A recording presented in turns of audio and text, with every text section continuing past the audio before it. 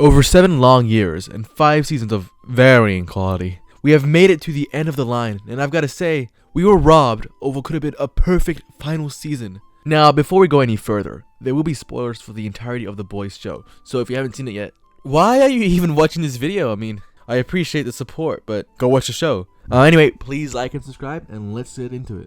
Meet the potential season, because this had the potential to be the best season of the whole series, but no, we have to waste that on fucking Volt Rising setup, and not to mention some horrible Soldier Boy character assassination. I loved her more. And this is what she would want. It's such a shame, since the season had such a good start, with the first 3 episodes being really strong, riding off the finale of season 4, which is, in my opinion, one of the best endings to one of the seasons in this show. I mean, I get chills whenever I hear Heart-Shaped Box Light. So jumping from that into the first episode, having to free the boys from a concentration camp, and the death of A-Train, run high, you beautiful bastard. It finally felt like the show was ready to play all their cards, something season 4 felt hesitant to do. While I did enjoy that season, it had felt a bit stagnant in regards to moving the plot forward, and so the beginning of this season seemed like a real change of course. Episode 2, in my opinion, was great, was the setup of the virus, and the return of Soldier Boy, not to mention some great fight scenes with Jetstream and the Sing if it was a Gooning Lord, were just fun as hell. And hell, even episode 3 was amazing in my opinion. No one can tell me that Homelander going full-on abusive father on Ryan wasn't brutal as hell, but after this, things get a bit, iffy. Episode 4, in my opinion, is probably the worst episode in the whole series, and I will stand by that purely by the virtue that it acts as only set up for Volt Rising. I mean, the stuff with Annie and her father was fine. It's not final season fine. It would have been better if it was early on in the show, like season 3 or 4, but aside from that, the rest of the episode was just some crappy forced drama, since a new soup we've never seen before is causing everyone inside Full Harmony to get really angry and all the boys fight each other, because let's not have our characters get out their grievances naturally when we could just force it, right?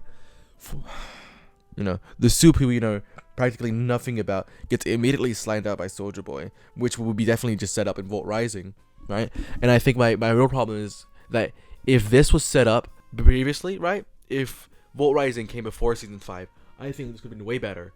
But no, this is clearly just advertisement for the show. It's frustrating. You know, this really begs the question, what are we doing? Are we seriously sacrificing the final season's pacing for a spin-off show? Like it's the equivalent exchange? And some of you may be saying, if they didn't do this, they wouldn't learn where the V1 is, or have the uranium chamber for the end. Which, the uranium chamber is fair, I guess. They do needed that for Kimiko's experiments. But fuck V1. Genuinely, I think V1 brought this season down a notch. It acted as just a MacGuffin to pad out the runtime for more spin-off setup. I genuinely think it just made Homelander less intimidating since he's immortal now, but he doesn't do anything about it. I was really happy with episode 5 though. I genuinely thought it was amazing and well written. You know, given the exploration of the characters and their motives was really needed. I gotta love the supernatural reunion as well, even if it did feel a bit forced. But then the episode culminating Firecracker's death, that was insane. And from here on, I really thought it would be full steam ahead. But it is a shame that it loses a bit of its strength or speed or steam even, as it just slows down a bit with the latest episode. As episode 6, it's just back on some straight bullshit, man. I mean, I think the episode itself is fine. I think Bombsight's an interesting character, and so is Golden Geisha.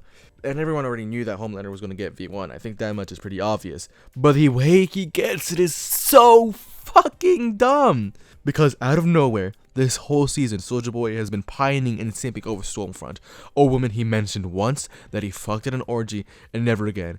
And now suddenly, she's the love of his life, because fuck Crimson Countess, since he loved Clara so much to the point where he would fuck over all of humanity by giving a guy who, while yes, is his son, he's not too particularly fond of. His flip-flopping all season was painful at best and aggravating at worst. Then he drops the actual worst line in television history as he hands Homelander the V1 and tells him, And this is what she would want. fuck you, Kripke. You know you only wrote this shit to make people watch Volt Rising, since Soldier Boy and Stormfront fucking bumping booties in it. It's so dumb. Well, at least the scene of Homelander injecting the V1 by lasering his own skin and having his lasers blast into the sky full on Cyclops style was fire. That was badass. I mean, the ending of episode 6 was Butcher telling the boys to run was genuinely terrifying. Only to cut it next episode and everything is just hunky-dory, fine as peach. Apparently, Homelander just didn't care enough to slam out his mortal enemies, which, yeah, sure, fine. Because he totally didn't know where they were due to Golden Gage's security pendant. Nah, fuck that. We need a lazy writing to justify how the boys would make it out alive. Then we have episode 7, which, what do I even say here? It's not a bad episode. I enjoyed parts of it. But as a penultimate episode of the series, mind you, it is a travesty. This doesn't set up the finale as it should. The closest thing we got was Frenchie's death, which I liked. It was sad, it was emotional, but it lacked a bit of that staying power. I think it could have been way stronger if he wasn't off-screened. I mean, the behind the scenes, where Homelander, for lack of a better word, just fingers him. I mean, he sticks his fingers to his gut and slides across. That would have been really terrifying. But the way Frenchie goes like, I bet you've never danced a day in your life, was so good. Having him smile at Homelander as he dies, the same way A-Train did at the start of the season, would have been such a good send-off. But then it's a shame it's a bit half-baked because we don't see that part. Instead, the time in the episode is used for watching two furries sniff each other's butts, which, yeah, alright, Kripke, nice going in there with your barely disguised fetish, but I guess that's what the whole show is, so I can't blame them for putting it in, but it's just a shame that it happened so late to the point we could be focusing on other stuff, but yeah, what can you do? I think this episode could have been better if it was earlier on in the season, right? Remove episode 4 entirely, have this one be episode 5 instead, and then have the boys have some urgency for the final second half of the series after losing Frenchie, and make them lock in to finally find a way to kill Homelander, since Kimiko getting the Soldier Boy chest blast felt a bit rushed and almost unearned. I don't mind her getting it, I just wish it was handled a bit better. And not to mention Soldier Boy getting fucking put back in the eyes, oh my god, after being just a walking advertisement all season. It's just a waste of time with Soldier Boy. He's not a real character in this, he's a walking plot device. It's just painful to see because I love Jensen Ackles, I love Soldier Boy in season 3, but I was not happy with how they used him in this season. But that's the underlying issue with this whole season. Most of the conflict is undermined by the poor pacing. Mind you, we haven't seen Ryan since he got his ass whooped in episode 3. He spends half the season just absent. So leading up to the finale, I think it's fair to say I was a tad worried. I mean, we have so many characters we have to wrap up, as well as defeating the main villain of the whole fucking series in a tight 65 minutes only. But nah, don't worry guys. The marketing team just dropped this fire-ass poster of excuse me sir. Considering that and the other posters we saw, surely we see some scorched earth, right? Right? Stop the cap. Yeah, nah. You must be a fucking idiot if you think this thing Homelander has been threatening to do all series would actually happen, because fuck you, suck my dick, I'm Eric Kripke, and somehow one of Amazon's most popular shows doesn't have the budget for a grandiose fight scene to send off the show with a bang. But before we get into the final fight, let me just go on a quick rant. The Deep, as I am sure many of you would agree, is one of, if not my favorite character due to just how funny he is. But the latter half of how they have used him this season is just weak sauce, man. This whole pipeline fish holocaust was done so poorly in my opinion, to the point where it makes his deserved death unsatisfactory, as it comes as a result of something Black Noir 2 did. Look, I know the Deep endorsed it, but he has done so much worse stuff throughout the show, like assaulting Annie, and fundamentally, the Deep is a character who cannot accept responsibility for his actions. He does not grow or become better, instead digging himself deeper into his own grave, as every action he does, like taking the credit for San Edgar, only cements his fate. So for this regard, having the Deep die because of something that was poorly set up and felt like a misunderstanding between him and the creatures of the sea is plainly stupid. The endorsement of the pipeline, while yes is bad, was not given the weight it needed, nor did Black Noir destroying it. I originally thought the oil spill we saw in the trailer would be a result of a fight the Deep and Black Noir would physically have in person. Would that not be better for both the characters? Have the Deep kill Black Noir in an actually cool fight by the ocean, where they fight through oil as the Deep recognizes the instability of the pipeline he supported and makes it accidentally collapse throughout the fight, causing the spill, giving legitimate reason for the sea life to be on site against him. But no! Instead, the Deep just tussles with Black Noir in a podcast room and stabs him, since I guess Black Noir forgot he could fight. It's just once again frustrating, since it did not feel that the Deep died as a consequence of his own actions, which is what his pathetic character deserves, and I say this as a huge fan of him. It did not have the emotional weight or even coolness factor. It's one of the weaker deaths we see in the show. Couldn't have had the colossal squid rip all his limbs apart or something badass like that to really give it staying power? Although how the fuck did they even know about Ambrosius? I don't really care anymore, but it just feels like this whole pipeline subplot was just shoot in since it didn't know what to do with both the characters and had to find some half-assed way to wrap it up. While I do like the irony of the deep being killed by the sea, it could have been pulled off way better. Plus, it doesn't even feel like it gives Annie any resolution for the conflict between the two that's been set up since the literal first episode. Personally, I would have let him live, but in a way that would have him isolated from both the land and sea, making him as alone as possible since that's his biggest fear. You know, I personally believe that sometimes a death is too cheap of a cop-out for a villain, and especially for everything he's done, it just feels like an easy way out. Rant over. Back to the important stuff. Instead of having a giant battle with civilian casualties and mass destruction akin to the scorched earth Homelander promised if you have a snap, the final fight takes place solely inside the Oval Office, and by the end of it, it's mildly inconvenienced. One good carpenter and it will be as good as new. I'm not saying he needs to nuke Antarctica or anything like that. This doesn't have to be invincible. Wait, no, it should be like that. I want to see a man who wants everyone to believe he's God throw a temper tantrum because the masses see through his facade of divinity. Have him fly through buildings as he drags Ryan across them, or throw butcher at civilians as he lasers them, or make Kimiko accidentally blow up a building with a chest blast. Anything to give the fight the scale it's deserved. But no, the Oval Office is the most sculpture if we get. It should have had Homelander do his speech in like the middle of a city with a bunch of crowds. That would have been an awesome battlefield since it would have casualties and huge stakes.